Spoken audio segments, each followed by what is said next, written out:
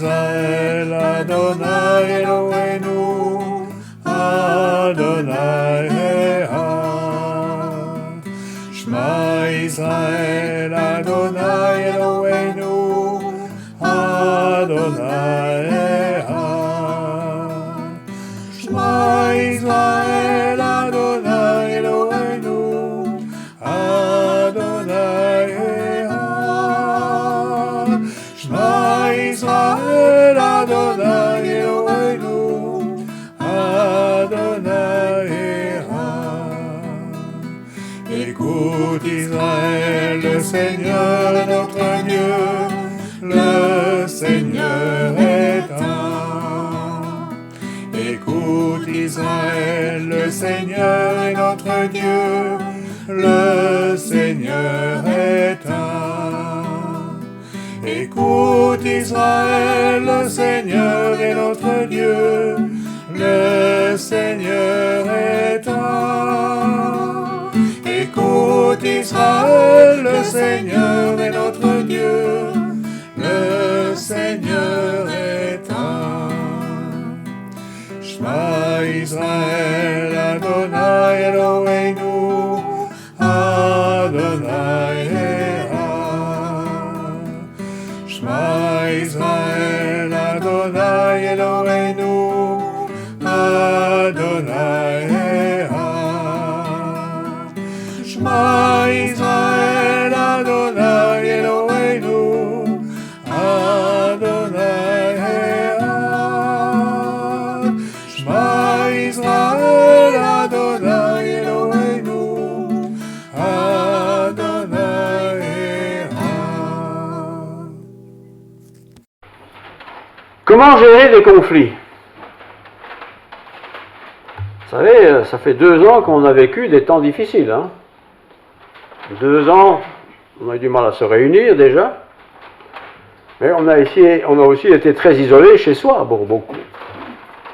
On va retrouver des amis, des connaissances, ça va peut-être créer des conflits. Les gens, ils auront changé un peu de caractère. Peut-être plus difficile qu'avant, peut-être plus sympathique qu'avant. Des conflits. Il y en a toujours. Et même chez les chrétiens, il peut y avoir des conflits. Et les conflits, pour un chrétien, ça cause toujours de la souffrance. Parce qu'en tant que chrétien, on n'a pas envie d'avoir de conflits. On sait que c'est pas bien. Donc ça crée de la souffrance. Le conflit crée aussi parfois de la frustration. On est frustré parce que j'ai été, moi, peut-être la source d'un conflit. J'ai dit quelque chose que j'aurais pas dû le dire. En tout cas, je l'ai mal dit. Je suis frustré, ça me gêne. Je suis embarrassé. Ou moi, j'ai été victime de quelque chose qui m'a fait mal. Je suis frustré parce que j'aurais pas dû être déçu, j'aurais pas dû être fâché, j'aurais pas dû. Frustration, souffrance, et parfois aussi compassion. La séparation est un temps de compassion. Tiens, j'ai pas vu cette personne depuis si longtemps. Et la voilà, toute rayonnante, toute belle, tout beau, sympathique. Et un peu plus grand, un peu plus petit, un peu plus quelque chose. Voilà. Avant, il avait des longs cheveux, il a coupé ses cheveux. Il n'avait pas de lunettes, maintenant il a des lunettes. Il n'avait pas de lunettes, il avait des lunettes. Ça a changé. Il a changé. Nous avons changé. 2 ans. Quelle punition quand même. 2 ans. Mais vraiment, je rends grâce à Dieu parce que pour la communauté ici, comme celle de Virton d'ailleurs, qui eux ont connu beaucoup de décès, contrairement à nous, eh bien, vous êtes tous là. Et tout le monde n'est pas là maintenant, mais je sais que tout le monde est en bonne santé, tout le monde est toujours en train d'aimer Dieu. Je suis encouragé. De nouveaux visages parmi nous. N'ayons pas peur tout à l'heure d'aller leur dire bonjour, faire connaissance. Le masque, je ne l'ai pas dit, mais vous pouvez le mettre ou ne pas le mettre. Si vous le mettez, il n'y a pas de problème. Si vous ne le mettez pas, il n'y a pas de problème non plus. Chacun est libre maintenant de faire comme bon lui semble. Néanmoins, 2 ans de souffrance, 2 ans de frustration, 2 ans de compassion, eh bien, se terminent. Mais la vie continue. Il y aura encore des frustrations. Il y aura encore des souffrances. Et il y aura encore des moments où il faut de la compassion, parce que bon, nous sommes des humains, des hommes et femmes qui, parfois, faisons des choses qu'on n'aurait pas dû faire, mais on les a faites. Il faut assumer. Ayons de la compassion. Essayons de comprendre. Non pas justifier tout, mais comprendre que voilà, nous sommes parfois bien intentionnés, mais parfois quand même bien faibles. Mais une fois qu'on trouve la liberté, il peut aussi arriver qu'on exagère. On a été frustré pendant 2 ans, interdit ceci, interdit cela, et on va y aller carrément, et alors on se lance dans des choses exagérées auxquelles il faut prendre garde. Et c'est aussi vrai dans le cadre d'une communauté chrétienne. Les tensions, ce n'est pas seulement entre frères et sœurs, c'est aussi parfois à l'intérieur d'une famille. On a été frustré, on ne pouvait pas. Chacun justifiait ce qu'il faisait en disant « mais moi je suis libre, je fais ce que je veux ». Oui, mais on vit en famille, c'est pas simple. C'est pas simple. Et puis il y a l'église aussi, bien sûr, l'église. Oui, mais l'église, le pasteur, il fait 2 cultes, machin, compliqué, tout. Oui, il faut de la compassion, il faut de l'attention. Il faut comprendre, quoi, simplement. C'est pas nouveau. Mais ce qui est peut-être nouveau pour nous ce matin, c'est comment gérer les conflits. Je suis en conflit avec quelqu'un, qu'est-ce que je fais? Je suis chrétien, j'aime Dieu, j'ai pas envie d'avoir de conflit, mais comment je m'en sors de ce conflit? Peut-être il est de ma faute, peut-être il n'est pas de ma faute. Comment gérer les conflits? Alors, tandis que je réfléchissais à ça lundi dernier, comme c'est souvent le cas, c'est le lundi que je réfléchis au culte du dimanche, je me suis laissé emporté par un beau texte du livre des Actes des Apôtres. Les Actes des Apôtres, comme le nom l'indique, ce sont les actions des apôtres. Qu'est-ce qu'ils ont fait dans toutes sortes de circonstances. Et ça nous est rapporté, tout n'est pas rapporté, mais beaucoup de choses sont rapportées. Et notamment quelqu'un qui était un homme de bien, vraiment de bien, un homme qu'on aimerait avoir dans son environnement tellement il était bien. Et pourtant cet homme va être jugé, condamné et en fin de compte lapidé. Lapidé, c'est-à-dire qu'on jette des pièges jusqu'à ce qu'il soit mort. Et ça se trouve, son histoire, dans le livre des Actes des Apôtres. Et avant qu'il ne soit lapidé, ce personnage va montrer à ceux qui veulent le lapider, il va rappeler plutôt à ceux qui vont le lapider, l'histoire de 3 personnes, 3 groupes de personnes. La première, c'est Abraham et Lot, donc on a eu un vrai conflit.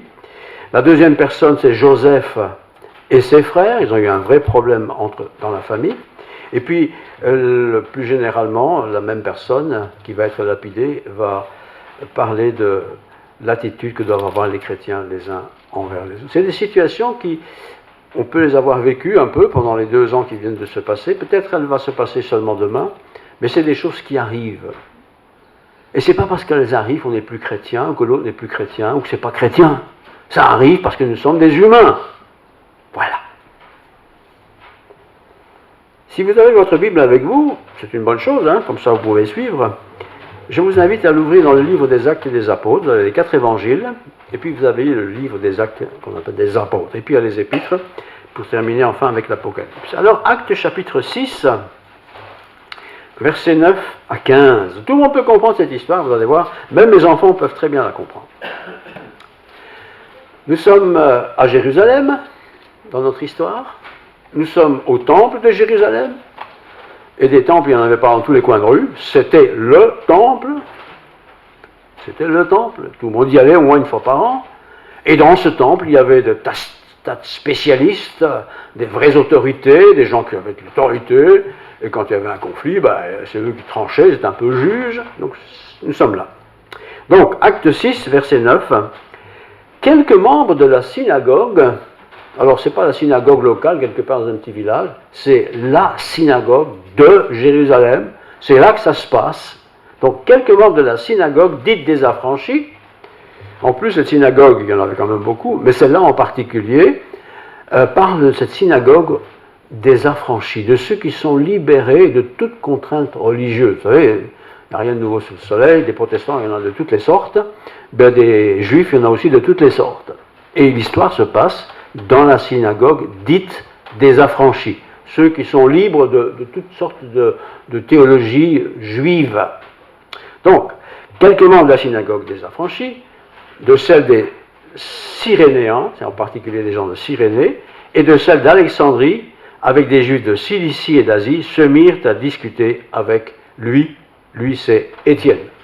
On voit ici que ce sont des gens particuliers qui ont une culture religieuse, ils sont juifs, hein, ils ont l'Ancien Testament tous, mais ils ont des interprétations évidemment un peu particulières. Comme dans le monde protestant, par exemple, beaucoup sont chrétiens, ils aiment Christ et tout ce que Christ a prêché, Mais ils ont parfois des distances de pratiques religieuses selon des interprétations, selon le type d'église dans lequel on est. Donc on ne doit pas s'étonner de ça. Ce n'est pas nouveau, ça existait déjà à l'époque de notre Seigneur Jésus. Donc, nous sommes dans cette synagogue dite des Affranchis, composée essentiellement des Cyrénéens, si je transpose ça chez nous, ça c'est les luxembourgeois, de celle des Alexandrins, ça c'est les Flamands, et puis les Juifs de Cilicie, c'est peut-être les Wallons. Vous voyez, j'imagine un peu pour que vous compreniez quel genre de communauté. Mais ces gens-là, qui se réunissaient d'une manière un peu spéciale, un peu sectaire, quoi, si vous voulez, ils ne pouvaient résister à la sagesse et à l'esprit par lequel il parlait. Il, c'est Étienne. Étienne était un homme de Dieu. Il était devenu chrétien. Donc ce qu'il prêchait, c'était plus trop le judaïsme, c'était le Christ et son œuvre. Et voilà que cet homme, Étienne, il s'est fait arrêter, et il doit se justifier devant cette communauté qui est elle-même déjà un peu particulière. Vous comprenez bien l'histoire. J'insiste un peu sur le contexte pour qu'on saisisse bien comment les choses se sont passées. Donc, mais il ne pouvait résister, donc tous ces intellectuels de la synagogue, là, ils ne pouvaient résister à la sagesse et à l'esprit par lequel il parlait. Étienne, il est arrêté, je ne sais pas s'il connaît la conclusion de son histoire, mais il parle d'une manière tellement spéciale à ces groupes tellement sérieux, tellement sectaires, et ils sont un peu surpris de la sagesse avec laquelle il parle.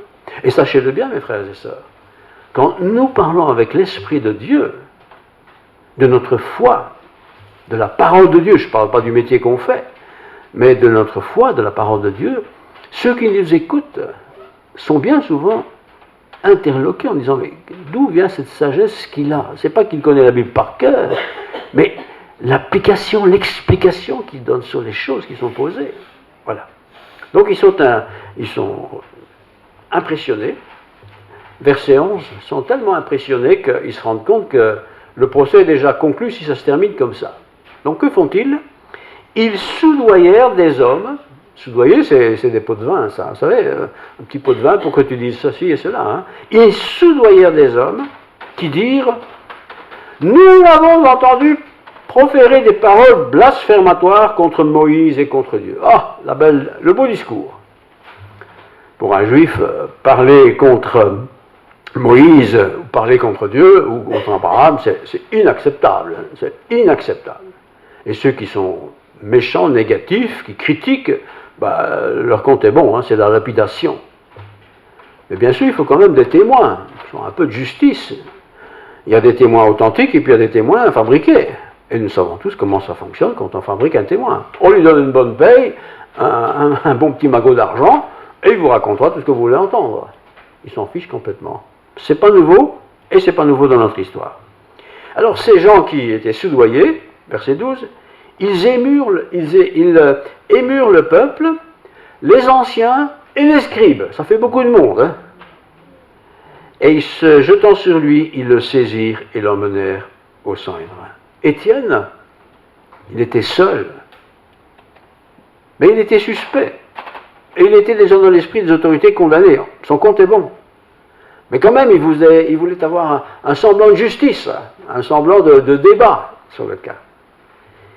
Ils émurent le peuple, les anciens et les scribes, et se jetant sur lui, le saisirent et l'emmenèrent au Sanhédrin. Le Sanhédrin, c'est le tribunal important. Ils produisirent de faux témoins, ça c'est pas trop difficile à faire, hein, mais ils produisirent cela, qui dirent, cet homme, donc il parle d'Étienne, ne cesse de proférer des paroles contre le lieu saint c'est le temple, et contre la loi. La loi c'est tout le Pentateuque, les 5 premiers livres de la Bible. Voilà ce qu'ils disent. Étienne, il ne fait que critiquer notre temple, notre lieu de culte, et il ne fait que critiquer les 5 premiers livres de la Bible. Frères et sœurs, entre parenthèses, j'en profite pour le dire, le temple c'est un bâtiment qui sert le temps qu'il sert. Critiquer la Bible, il y aura toujours des gens qui vont critiquer la Bible, mais ça ne vaut pas un copec pour mettre quelqu'un à mort. Mais là, ils ne supportent pas Étienne, parce qu'ils se rendent bien compte qu'Étienne a une certaine influence dans son discours, qu'eux n'ont pas. Eux parlent avec leur tête, avec leur intelligence, d'une manière mathématique, mais ça ne touche pas le cœur. Étienne parlait des choses authentiques et vraies, et ça fait toute la différence.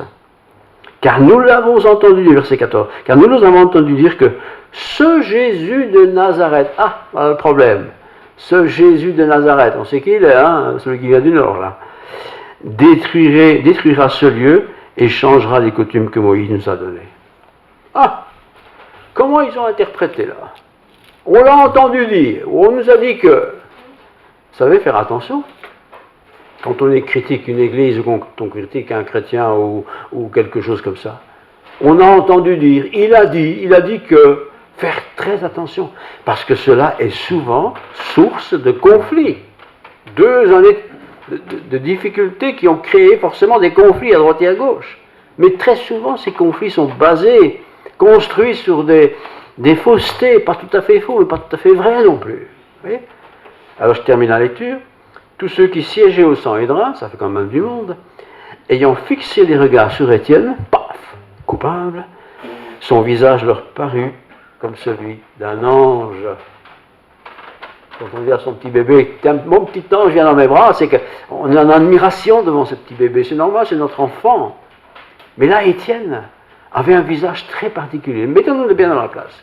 Il est devant ses sages, Sanhédrin, c'est pas rien, un grand tribunal, hein. Toute la presse est là, RTBF, RTL, France Inter, tout le monde est là. Hein. C'était pas comme ça, mais ça serait comme ça aujourd'hui. Il est accusé, il est déjà condamné en fin de compte.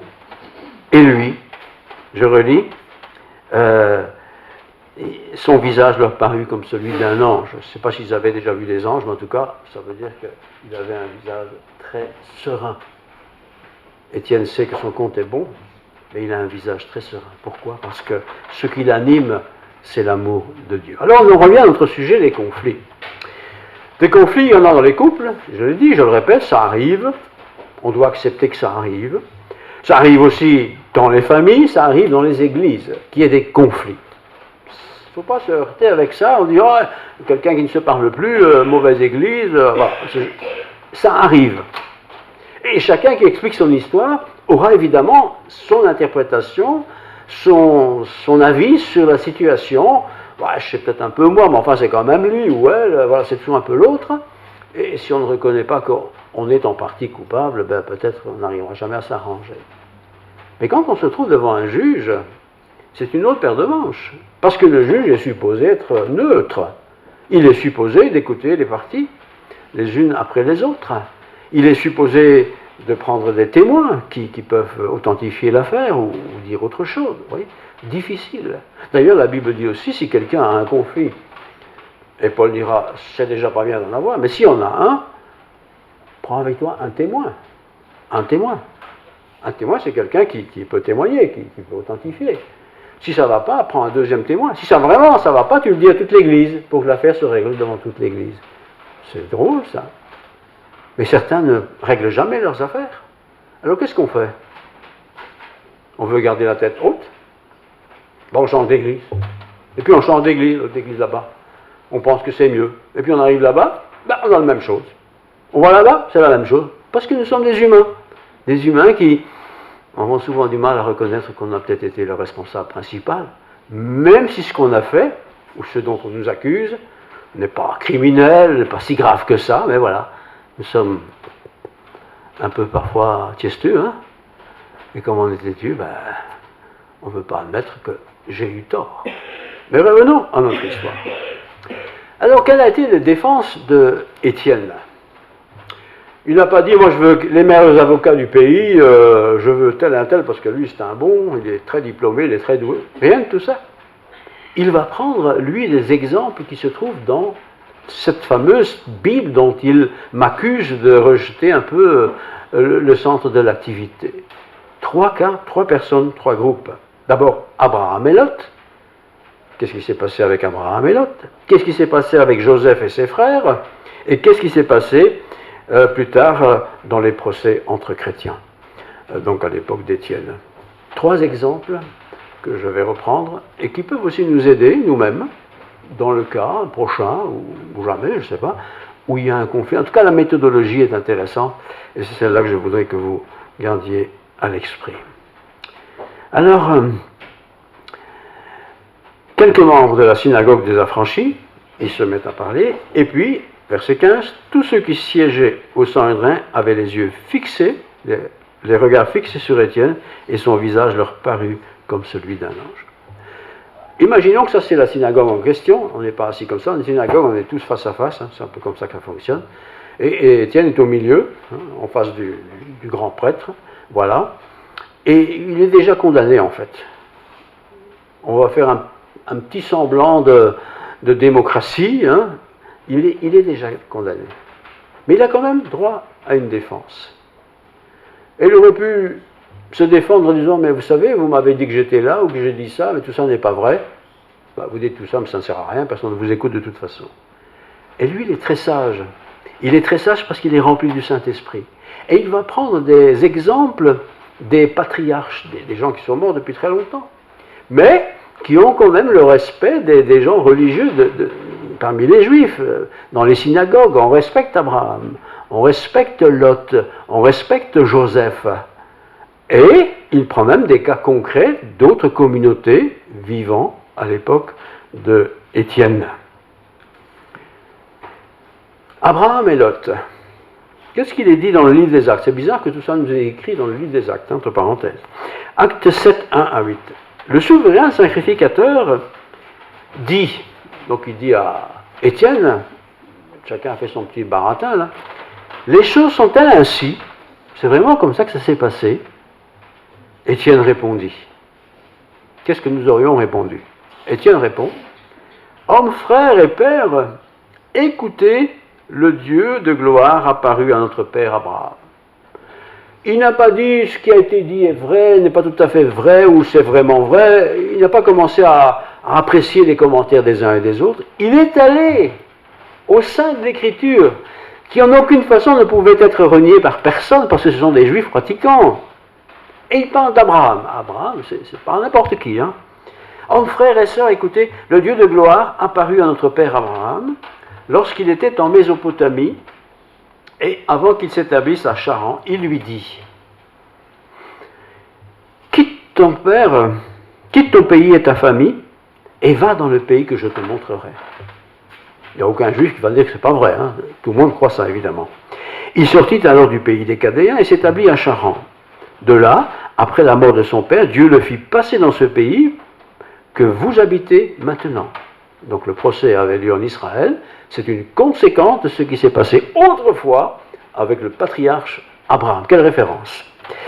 Il ne lui donna aucune propriété dans ce pays, rien n'appartient à Abraham, pas même de quoi poser le pied, mais il promit de lui en donner la possession ainsi qu'à sa postérité après lui, quoiqu'il n'ait point d'enfant.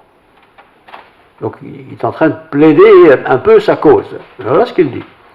Dieu parla ainsi, sa postérité séjournera dans un pays étranger, on le réduira à la servitude, on le maltraitera pendant 400 ans. Donc il est devant ses accusateurs, et il cite Abraham et sa descendance. 400 ans de maltraitance vont suivre la vie d'Abraham. 400 ans de maltraitance. Ces autorités juives qui sont là, écoutent bien ce qu'ils disent, parce qu'ils savent tout ça, ils connaissent tout ça évidemment. Mais la nation à laquelle ils auront été asservis, c'est moi qui la jugerai, dit Dieu. Après cela, ils sortirent et ils me serviront dans ce lieu-ci. Quelque part, sans accuser nommément qui que ce soit, il dit, vous êtes là, vous êtes en poste, vous êtes au travail, vous guidez cette communauté, mais vous êtes la descendance d'Abraham à laquelle il a été dit autrefois. Il a été dit ce que je viens de vous lire. Et notamment que ce pays serait le pays de tes enfants, de tes rachetés, celui que j'ai donné à Abraham. Et ce pays-là, au moment où il parle, il est dirigé par une flopée de gens qui se permettent de juger quelqu'un qui n'a commis strictement aucun délit, sauf celui de présenter Jésus-Christ. L'histoire est aussi la nôtre. Belge, luxembourgeois, français un peu moins, mais quand même. des gens qui prêchaient Christ, qui aimaient la Bible, ont été condamnés, jugés, condamnés, exterminés, brûlés sur la grande place de Bruxelles. Des comtes, deux en particulier, ont été brûlés sur la grande place de Bruxelles. C'est chez nous, ça. Pourquoi? Parce qu'ils avaient sorti d'un système qui est le catholicisme pour se retourner vers ceux qu'ils croyaient être la parole de Dieu. Et combien de gens encore sont persécutés aujourd'hui dans le monde? Combien? Beaucoup, beaucoup, beaucoup, beaucoup. Combien même dans les familles, chez nous, dans notre pays, dans notre région peut-être, sont persécutés, même si on ne les tue pas, mais persécutés parce qu'ils disent, moi je vais à l'église, je vais au temple, ceci, cela. Mais vous êtes fous, vous êtes fada, vous êtes... voilà. C'est de la persécution. Et Étienne sait que son compte est bon, hein, il connaît les copains là, il sait que son compte est bon, mais quand même, il rappelle cette réalité d'Abraham. Abraham n'avait pas d'enfant, vous connaissez l'histoire, il en a eu, c'était difficile. Abraham, c'est pourtant le patriarche qui est révéré, respecté. Et au verset 8 du chapitre 7, « Mais la nation à laquelle ils auront été asservis, c'est moi qui la jugerai, dit Dieu. » Abraham aurait pu se venger, il aurait pu payer des mercenaires, il aurait pu faire un tas de choses. Mais Abraham ne s'est pas vengé, il a laissé faire le Seigneur. Et quelque part, Étienne ne parle pas de lui là, mais au travers de l'histoire, tout le monde comprend bien qu'ils sont dans la position d'Abraham. Il est dans la position d'Abraham. Ils vont m'exterminer. Je suis déjà jugé. Quelle sagesse cet Étienne avait-il? Étienne était de la même nature que nous, mais il aimait le Seigneur. Et le Seigneur avait pris possession de sa vie et il servait le Seigneur. Il n'était pas en train de dire, moi, mon compte est bon, je vais passer l'arme à gauche, je vais me défendre, je vais inventer. Non, non. Il cite avec foi l'exemple d'Abraham. Et puis, il est dit ensuite au verset 8, « Puis Dieu donna à Abraham l'alliance de la circoncision. » Ce n'était pas une pratique qui existait à ce moment-là. Abraham est déjà fort âgé et il doit être circoncis. Il n'a pas été à la clinique d'Arlon avec une anesthésie générale. Hein. J'imagine la scène, moi j'imagine pas trop. Hein. Si on me faisait à moi ça aujourd'hui, je ne sais pas ce que je dirais. Hein. Mais Dieu donna à Abraham l'alliance de la circoncision. Et ainsi Abraham, ayant engendré Isaac, le circoncis. Isaac c'est son fils. Le 8e jour, Isaac engendra Jacob, et Jacob les 12 patriarches, etc., etc. Et quelque part, et aujourd'hui, dit-il, vous êtes descendants d'Abraham, vous êtes circoncis, et vous me jugez pour une chose que je n'ai pas faite, un délit que je n'ai pas commis. Quelle défense! Quelle défense! Et encore, la dernière phrase que je vous ai dit, il ne l'a pas dite, il l'a peut-être pensé, mais il ne l'a pas dite. Deuxième cas, c'est Joseph et ses frères. Chapitre 7, verset 9. Les patriarches jaloux de Joseph, Joseph avait 11 frères, ils étaient 12, fils de Jacob. Jacob avait 2 femmes. Les patriarches jaloux de Joseph, parce que Joseph était un peu spécial, hein, on disait de lui c'est le petit chouchou de Rachel, hein, les autres c'est Léa, on les aime pas trop, pourtant c'est tous les enfants du même père. Donc les patriarches jaloux de Joseph le vendirent pour être emmené en Égypte. On l'a vendu. Mais Dieu fut avec lui et le délivra de toutes ses tribulations. Il lui donna de la sagesse et lui fit trouver grâce devant Pharaon. D'abord devant celui qui l'avait acheté, puis devant Pharaon. Vous voyez, parfois nous, on veut en rajouter une couche pour paraître mieux que ce que nous sommes, même si ce que nous sommes est très bien. Laissons ça au Seigneur. Le Seigneur n'a aucune difficulté pour convaincre quelqu'un de nous apprécier ou de rendre justice en ce qui nous concerne. Et donc, il lui donna de la sagesse, il lui fit trouver grâce devant Pharaon, roi d'Égypte, qu'il établit gouverneur d'Égypte et de toute sa maison. Il survint une famine dans tout le pays d'Égypte et dans celui de Canaan. La détresse était si grande et nos pères se trouvaient pas de quoi se nourrir. Jacob apprit qu'il y avait du blé en Égypte, et il envoya nos pères une première fois. Et la seconde fois, Joseph fut reconnu par ses frères, et Pharaon sut de quelle famille il était. Puis Joseph envoya chercher son père Jacob et toute sa famille, composée de 75 personnes. Quel personnage là encore? Étienne sait que son compte est bon. Il aurait pu, je ne sais pas, trouver des choses de son temps pour dire j'ai bien fait, pas bien fait, tout ça. Non. Il parle toujours des patriarches, c'est-à-dire la référence à laquelle ceux qui l'accusent sont attachés. Ils connaissent aussi, bien sûr, l'histoire de Joseph, personnage fameux, ce Joseph. Et notre ami ici le connaît aussi, son histoire. Et Joseph a été accusé faussement. Il a été accusé beaucoup de fois faussement. Déjà qu'il avait été vendu comme esclave par ses frères, alors qu'il racontait des rêves qui ont fait monter la haine dans le cœur de ses frères. Tous ses frères ont menti au père. Nous avons trouvé sa tunique pleine de sang, sans doute quelqu'un l'a attrapé, l'a tué. Mensonge, mensonge. Et pendant des années, tous ses fils vont garder le mensonge sur leur cœur, et le pauvre père va pleurer ce fils, pleurer ce fils. Ah, le mensonge, ça fait beaucoup de dégâts dans une vie. Hein. On pense parfois qu'un petit mensonge, ça règle le problème. Peut-être ça le règle là. Mais quand il y a du mensonge, et je suis la victime du mensonge, ça fait beaucoup de dégâts. Frères et sœurs, ne mentons pas les uns aux autres. Grande différence entre les frères de Joseph et Joseph lui-même.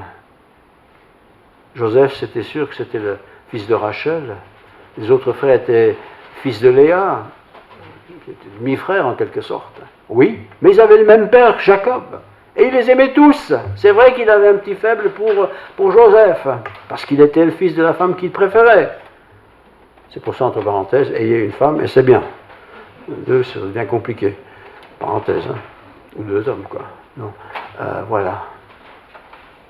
Comment cet homme ici, devant ses juges, a-t-il l'idée de raconter l'histoire de Joseph, cette vieille histoire? Eh bien, pensons parfois que parler de la Bible et raconter les histoires de la Bible, enfin expliquer des choses par rapport à la Bible, que ça ne peut pas avoir d'effet. Mais si ça a de l'effet, ça a toujours de l'effet.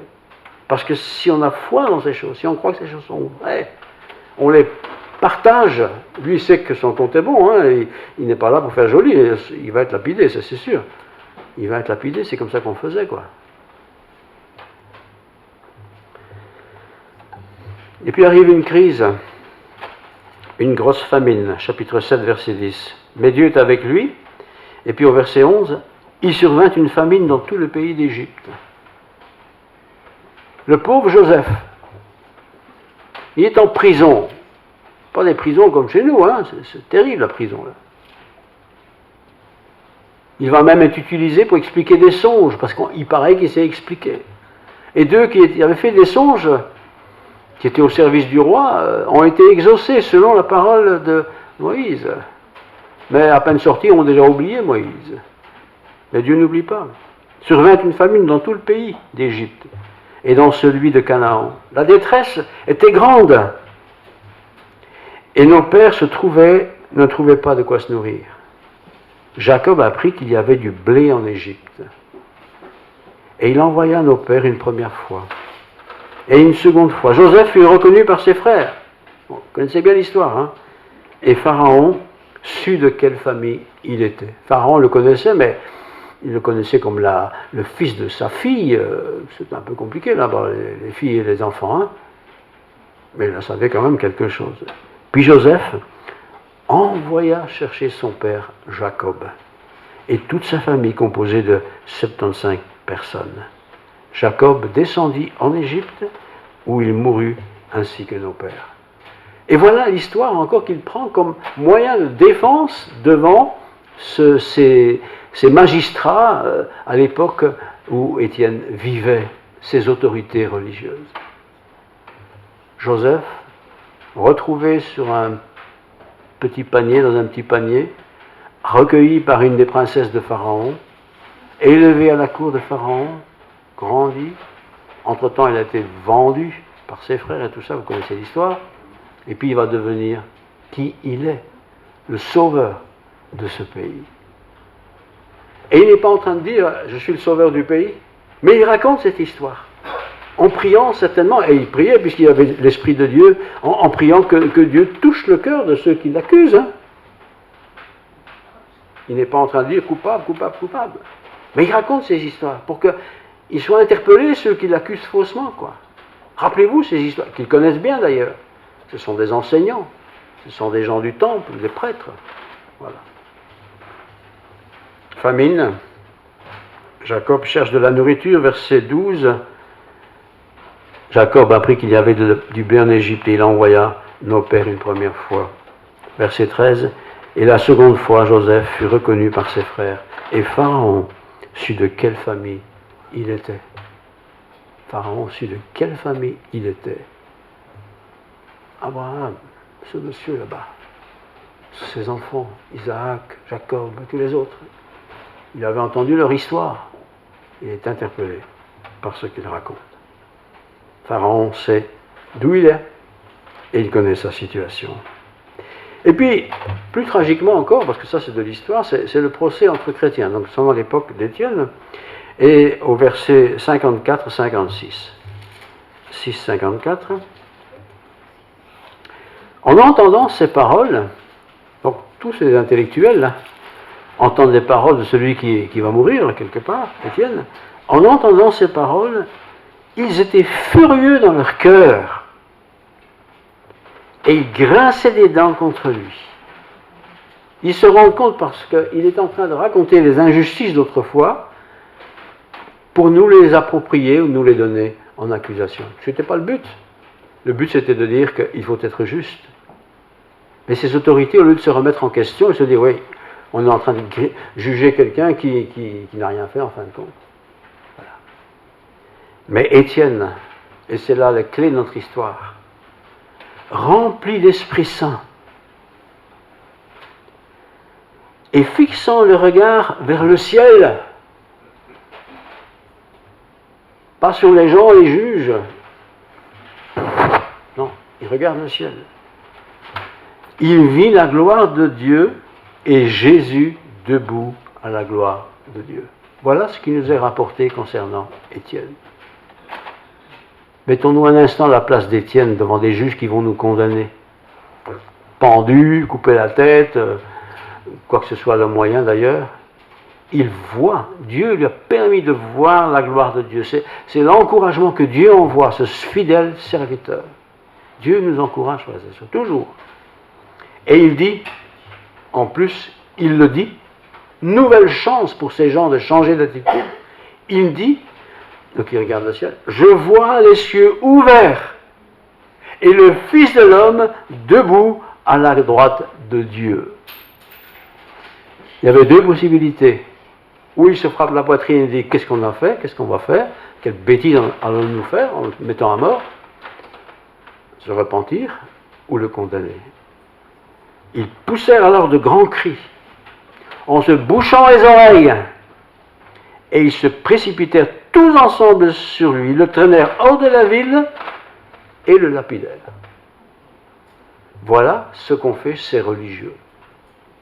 Pour un homme qui était un homme de bien, modeste, un fidèle qui avait donné sa vie au Seigneur Jésus-Christ. Il avait consacré sa vie au Seigneur Jésus-Christ. Des tensions, c'est mon sujet, il y en aura toujours.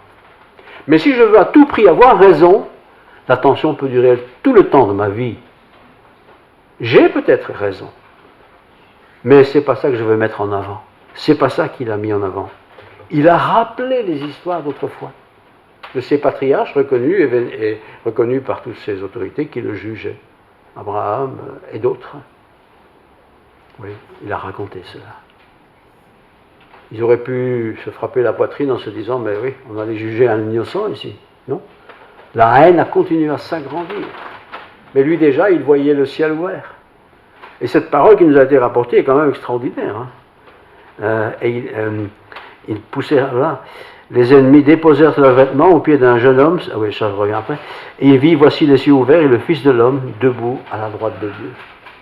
Tous ceux qui l'accusaient n'ont jamais vu Dieu, hein, parce puisqu'il voit debout à la droite de Dieu, je ne sais pas comment il était. Mais eux ne l'ont pas vu en tout cas. Lui, il l'a vu. Et c'était son réconfort. Et il raconte ce qu'il voit, il n'en rajoute pas. Mais les autres ne se sont pas repentis. C'est difficile de se repentir. Et il pousse de grands cris, il bouche les oreilles, il ne veut plus entendre ce qu'il raconte. Coupable. Et il est lapidé. Et il pensait comme ça être débarrassé. On va le lapider. C'est vite fait. Mais Étienne n'était pas gêné. Il était tellement intime avec Dieu que il connaît Dieu, puisqu'il a vu le ciel ouvert. J'y serai dans quelques minutes, lapidez-moi, et je serai tranquille. Je serai tranquille. Alors ils lapidèrent Étienne, qui priait, qui disait, quel exemple, hein, franchement, Seigneur Jésus, reçois mon esprit. Quand on est enfant de Dieu, quand on a mis Dieu dans sa vie, quand on quitte cette terre, où que ce soit, quand que ce soit, notre esprit sort de nous et il va près du Seigneur. Quand je ne sais pas, quand je n'ai pas fait le choix, quand j'ai fait le mauvais choix, et que je meurs, mon esprit ne va pas près du Seigneur.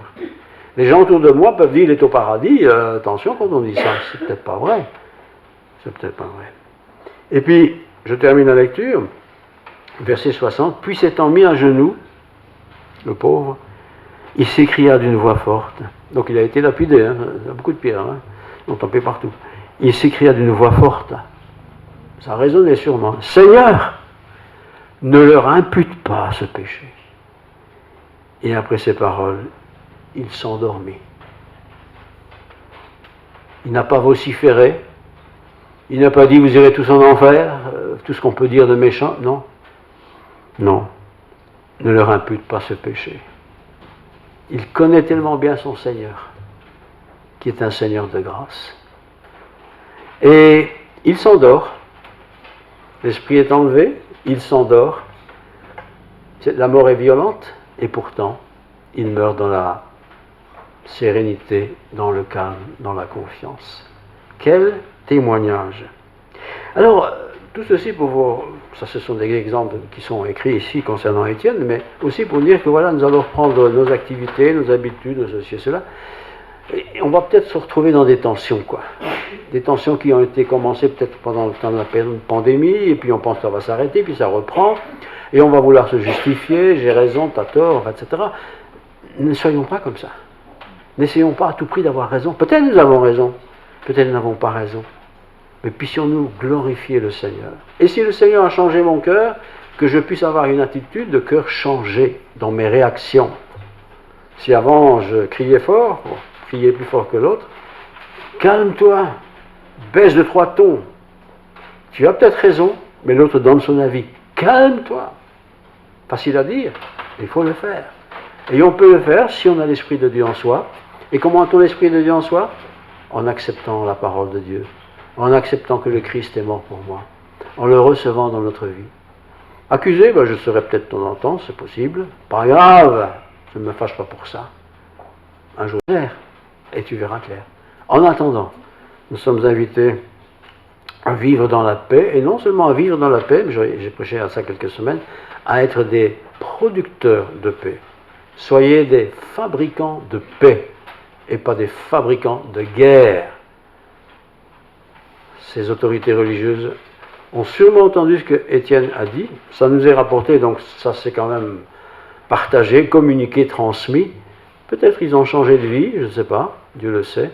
Mais en tout cas, moi, ça me marque beaucoup, l'histoire de ce Étienne. Voilà, j'ai pas de photo de lui, j'ai pas besoin non plus. J'ai pas une mèche de cheveux de lui, ça ne m'intéresse pas non plus. Mais j'ai son témoignage. Ça, c'est impressionnant. Et son témoignage, c'est l'amour qu'il avait pour Dieu. Prions. Seigneur, merci pour ta parole. Ta parole est la vérité. Il n'y a rien à y trancher, il n'y a rien à ajouter. Merci. Merci pour la communion fraternelle. Merci pour cette nouvelle étape dans notre vie. Qu'elle soit sanctifiante pour nous tous, hommes et femmes, enfants, jeunes. Que nous soyons en bonne santé ou un peu malades, découragés ou encouragés. Ta parole est la vérité, nous voulons nous en inspirer toujours. Tu n'as rien changé, il n'y a rien à ajouter, il n'y a rien à retrancher. Merci pour la bénédiction que nous avons d'avoir la parole à notre portée.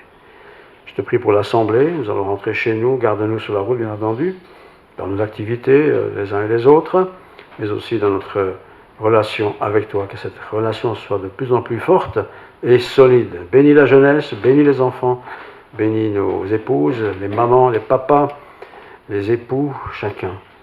Que nous soyons bénis par toi. Au nom de Jésus, nous te prions. Amen.